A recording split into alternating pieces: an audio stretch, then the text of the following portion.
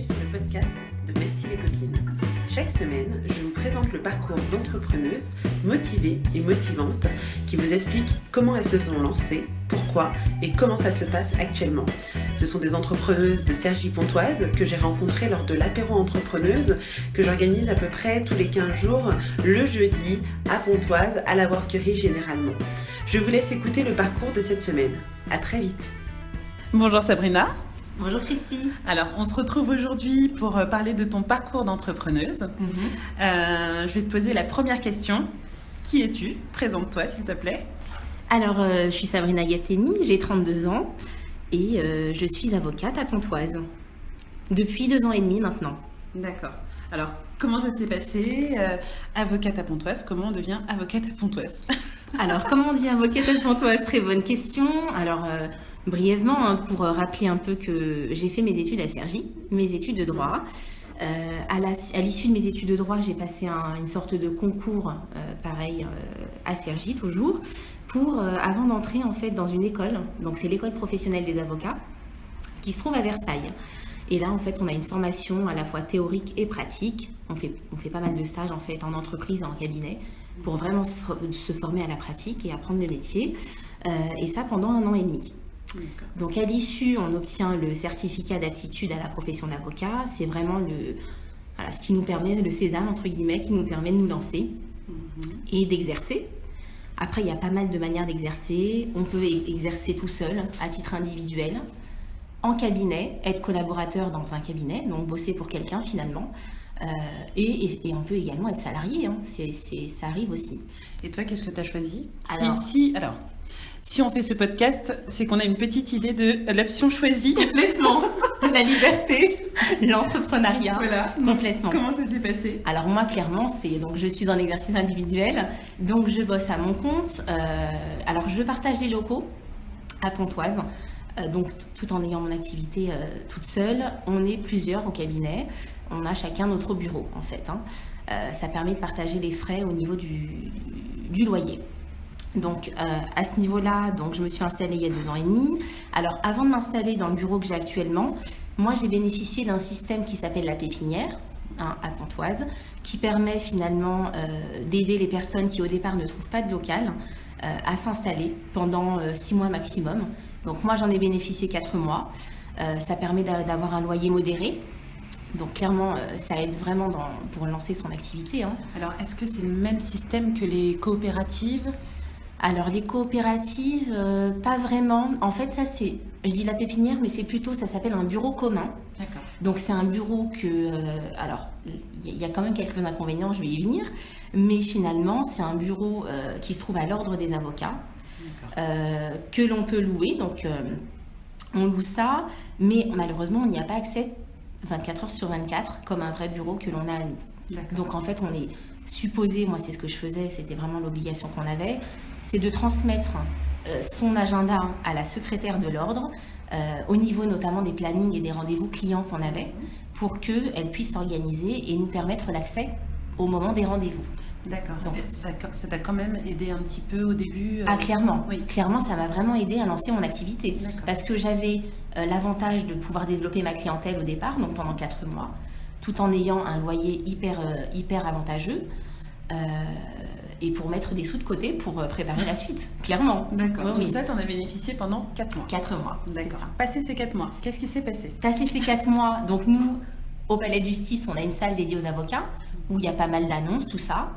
J'ai la chance de regarder, j'ai la chance de tomber sur une annonce qui disait donc location d'un bureau. Il restait 3 bureaux dans mes locaux, donc j'appelle, c'est un confrère qui les loue, donc super.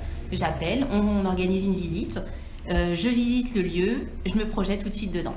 Pour le coup, c'est le petit bureau, c'est une sorte de petite maisonnette, toute mignonne. Je me suis clairement projetée et j'ai signé quelques jours après la location. Très bien. Comment on fait ensuite pour déclencher, trouver des clients, poursuivre son activité, vraiment s'installer et devenir crédible en tant qu'avocat à 32 ans ? Alors, comment on commence ? Alors, on commence clairement au départ, la clientèle, ça passe par l'entourage. Donc, on nous recommande. J'ai des amis, par exemple, qui ont parlé de moi à une personne qui avait tel ou tel problème. Voilà, ça se fait comme ça au départ.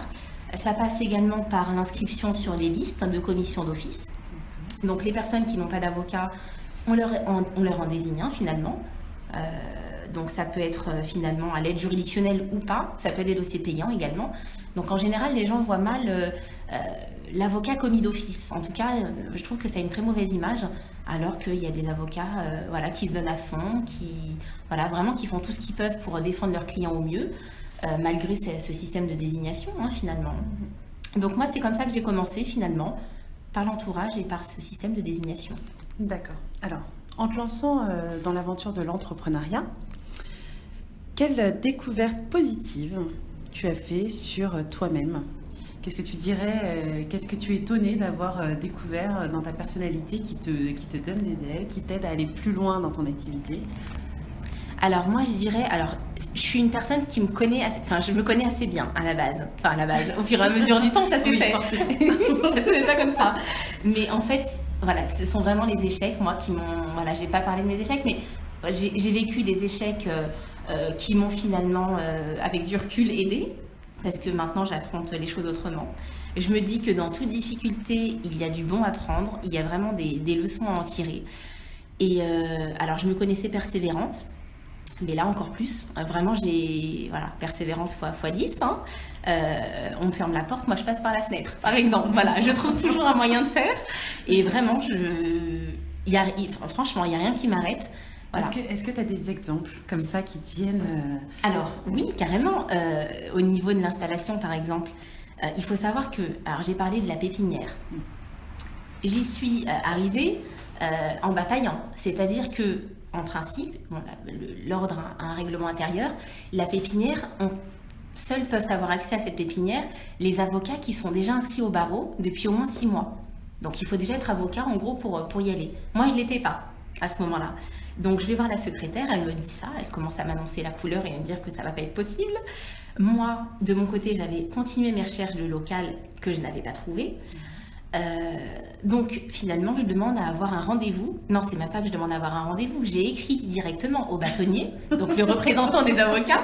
Je lui ai envoyé un courrier en sachant qu'il faut savoir qu'à Paris le système est différent. À Paris, le but c'est d'aider les jeunes qui commencent et qui n'ont rien, donc c'est dans la logique des choses. Donc eux, on leur permet de directement s'installer à la pépinière, c'est vraiment fait pour eux. À Pontoise, c'est pas le cas, il faut au moins avoir 6 mois d'expérience. Sauf que moi, je n'ai pas d'expérience, je n'ai pas prêté serment, donc logiquement, voilà, c'est vraiment le souci. Donc j'ai demandé un entretien au bâtonnier.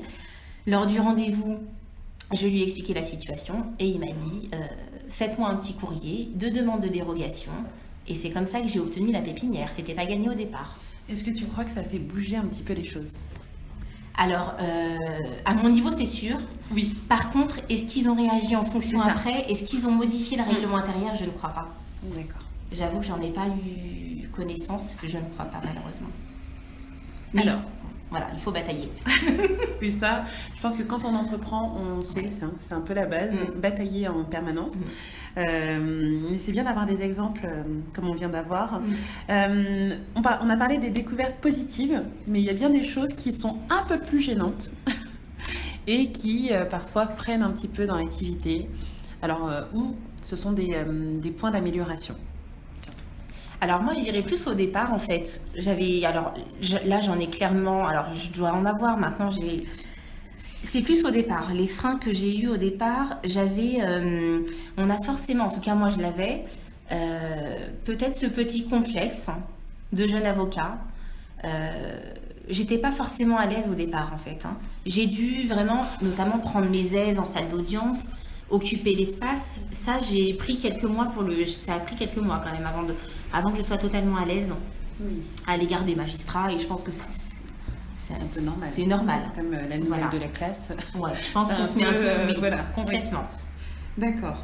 Alors, pour parler un peu plus vraiment dans le vif du sujet de l'entrepreneuriat, comment tu te sens maintenant que tu t'es lancée? Est-ce que ça a été... Est-ce que ça t'a fait pousser des ailes, comme on dit? Est-ce que... voilà. Qu'est-ce qui s'est passé? Alors, qu'est-ce qui s'est passé? Alors, moi, je ne regrette pas du tout mon choix de l'entrepreneuriat. Mais c'est vrai que c'était vraiment ce que je voulais depuis toute petite, en ce qui concerne cette profession, en tout cas. Oui. J'en parlais quand j'avais 10 ans, quoi. Hein, voilà. Donc, défendre les gens, j'aime ça et je le fais quasiment, enfin, quotidiennement, j'exagère. Mais c'est ce qui m'anime. Et je le vois pas bizarrement comme un métier. C'est pour moi une vocation, c'est naturel, en fait, quasiment. Donc, je le fais vraiment quasiment avec plaisir. Donc, je me lève le matin, moi, je suis heureuse. Je suis heureuse d'aller travailler, si on peut dire ça comme ça. Après, alors pour en revenir à ta question... Alors, c'était surtout l'état d'esprit. Comment tu te sens actuellement en tant que dans ta condition de femme entrepreneuse? Franchement, je me sens épanouie. Épanouie parce que je fais mes choix au quotidien, je gère mon activité. Vraiment, le mot, ce serait épanouie pour le coup, dans mon activité, dans ce que je fais au quotidien. Surtout que là, je suis dans une période... on va dire, oui, la première année et demie, 2 premières années, ça a été vraiment hyper difficile parce qu'il a fallu vraiment forcément s'y mettre à fond. J'avais peu de temps vraiment à me consacrer à moi-même en termes de... J'essayais de garder une petite partie dans mon planning, j'avais quand même mon créneau pour faire mon sport, mais c'était hyper difficile. Alors que là, vraiment, depuis le début de l'année 2017, je vois vraiment que... Voilà, je fais de la sophrologie, je prends des cours de sophro, je prends vraiment 2 fois par semaine, je fais du sport. Voilà, j'investis sur aussi ma condition physique. Ouais. Ça aide vachement au quotidien à gérer son stress, à aller de l'avant et je pense complètement au niveau de la stabilité. Et je pars du principe qu'il faut se sentir bien. Et s'occuper de soi avant de pouvoir s'occuper des autres. Oui, surtout dans ton cas. Complètement. J'ai envie, alors, il y a une question que je pose, que j'aime bien, parce que ça peut donner des idées aux autres. Mm-hmm. Est-ce que tu as un livre préféré? Est-ce que tu as une méthode particulière? Qu'est-ce qui te permet de rester motivé? Est-ce que tu as un mantra, quelque chose? Alors moi, j'ai pas mal de choses. Alors, je lis pas mal de bouquins de développement personnel. Alors, notamment, il y a la loi de l'attraction. La loi d'attraction, je pense que c'est connu. Voilà, je pense que vraiment, moi, ce que je vois au quotidien, dans mon état d'esprit, et j'essaye de le garder, c'est pas évident tous les jours, mais j'essaye de rester positive. C'est-à-dire qu'il faut, encore une fois, je pars du principe que dans tout problème, il y a une solution. Qu'il faut juste... prendre un peu de recul sur les choses, se dire que ça va aller, relativiser, déstresser, et puis franchement la solution, elle nous vient comme ça parfois. Donc je pense que voilà, la loi de l'attraction, c'est un peu ça aussi, c'est le côté positif des choses qui permet d'attirer à soi les bonnes choses. Donc, alors, mais concrètement, est-ce que tu as une... Toi, qu'est-ce que tu utilises? Tu parlais de la sophrologie tout à l'heure. Alors, oui. La sophrologie, est-ce que c'est quelque chose qui t'aide à rester justement positive? Alors, je m'y suis mise, franchement, il y a très peu de temps. Je m'y suis mise, ça date du mois dernier. Mais franchement, j'en vois les effets. Déjà, en termes de détente, de relaxation, c'est super. Franchement, et ne serait-ce que s'accorder un moment à soi, c'est ce que je disais. Pendant 1 heure, on pense à soi, on se concentre. Là, il y a aussi un autre livre que je conseillerais, Le pouvoir du moment présent, Eckhart Tolle, c'est ça. Se concentrer sur l'instant présent, être concentré, pour bien faire, pour mieux avancer. Voilà, se poser tranquillement et ça va aller, quoi. Après, j'ai pas mal de citations. Voilà, moi, je t'écoute, hein, si tu as des citations. Je vais vous en donner 2. Tu as préparé des citations, oui. Il faudra Alors, bon, je vais en citer quelques-unes. Hein. Oui. Il y en a une en anglais qui dit, donc je traduis, « Difficile ne signifie pas impossible, ça signifie qu'il faut travailler dur. » Voilà. Là, par contre, j'ai pas l'auteur.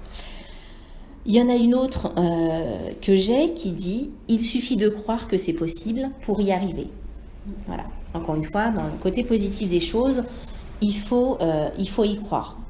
Et ça passe tout d'abord par nous, parce que on aura forcément beaucoup de personnes autour de nous, hein, j'en ai eu, qui forcément essayent de nous dissuader. Oh là là, mais ça va être difficile. Il y a ça. Je pense qu'il faut aller de l'avant et s'écouter soi-même. Hein, et surtout avoir une conviction en se disant que j'ai mon objectif, quoi. Il faut le voir. Hein. Et la dernière que j'ai, je l'aime beaucoup celle-ci, de Mark Twain. Les 2 jours les plus importants de votre vie sont le jour où vous êtes né et le jour où vous avez compris pourquoi. Je suis fan de celle-ci. Je suis fan. Je ne connaissais pas. Elle est top. Oui. Donc, Beaucoup. clairement, voilà.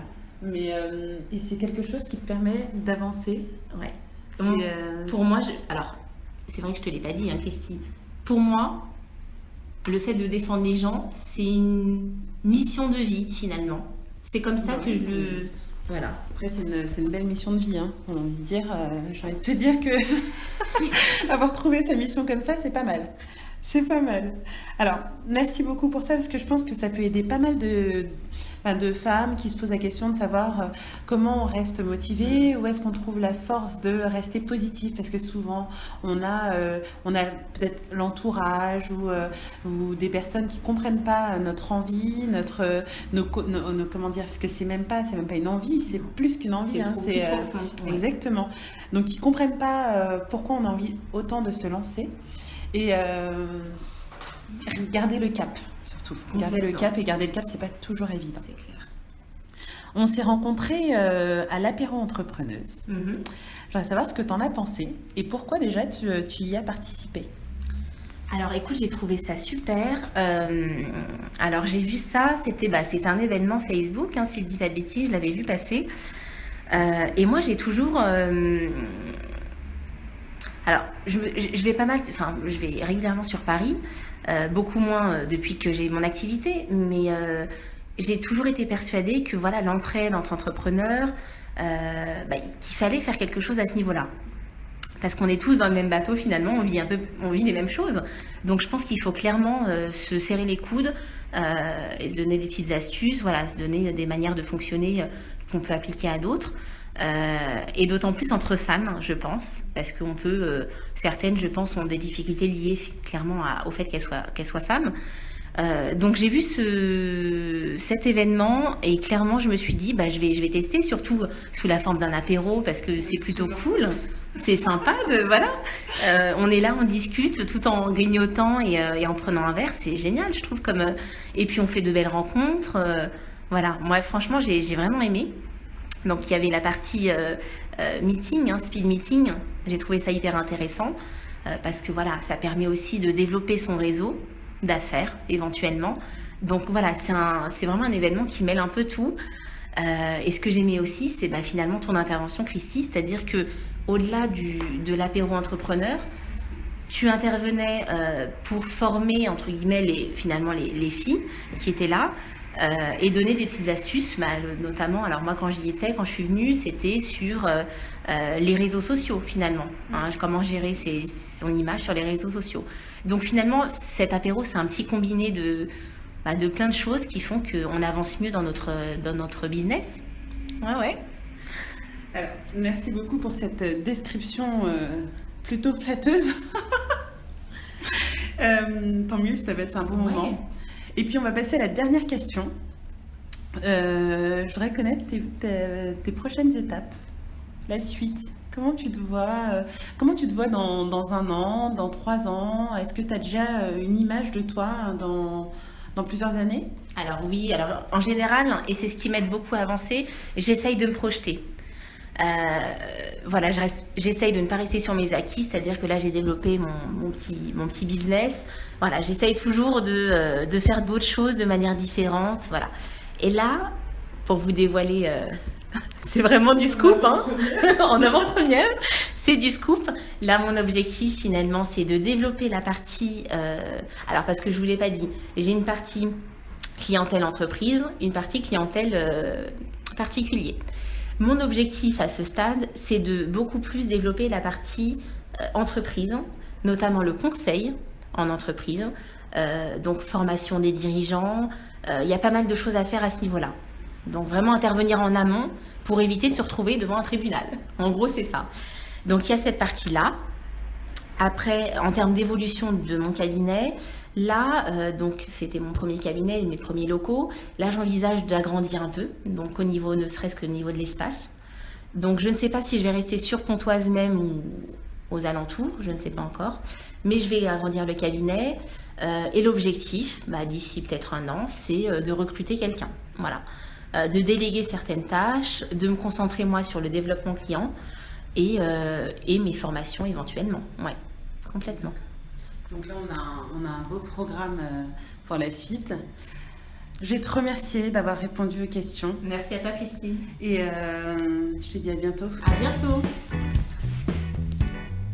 Merci à tous d'avoir écouté ce podcast de Merci les copines. Je reviens très rapidement avec un nouveau parcours, une nouvelle entrepreneuse. En attendant, vous pouvez retrouver toutes les infos sur www.mercilescopines.com, sur la page Facebook Merci les copines et sur Instagram. Les podcasts sont sur YouTube, sur la chaîne Christy MLC. À très bientôt. Ciao.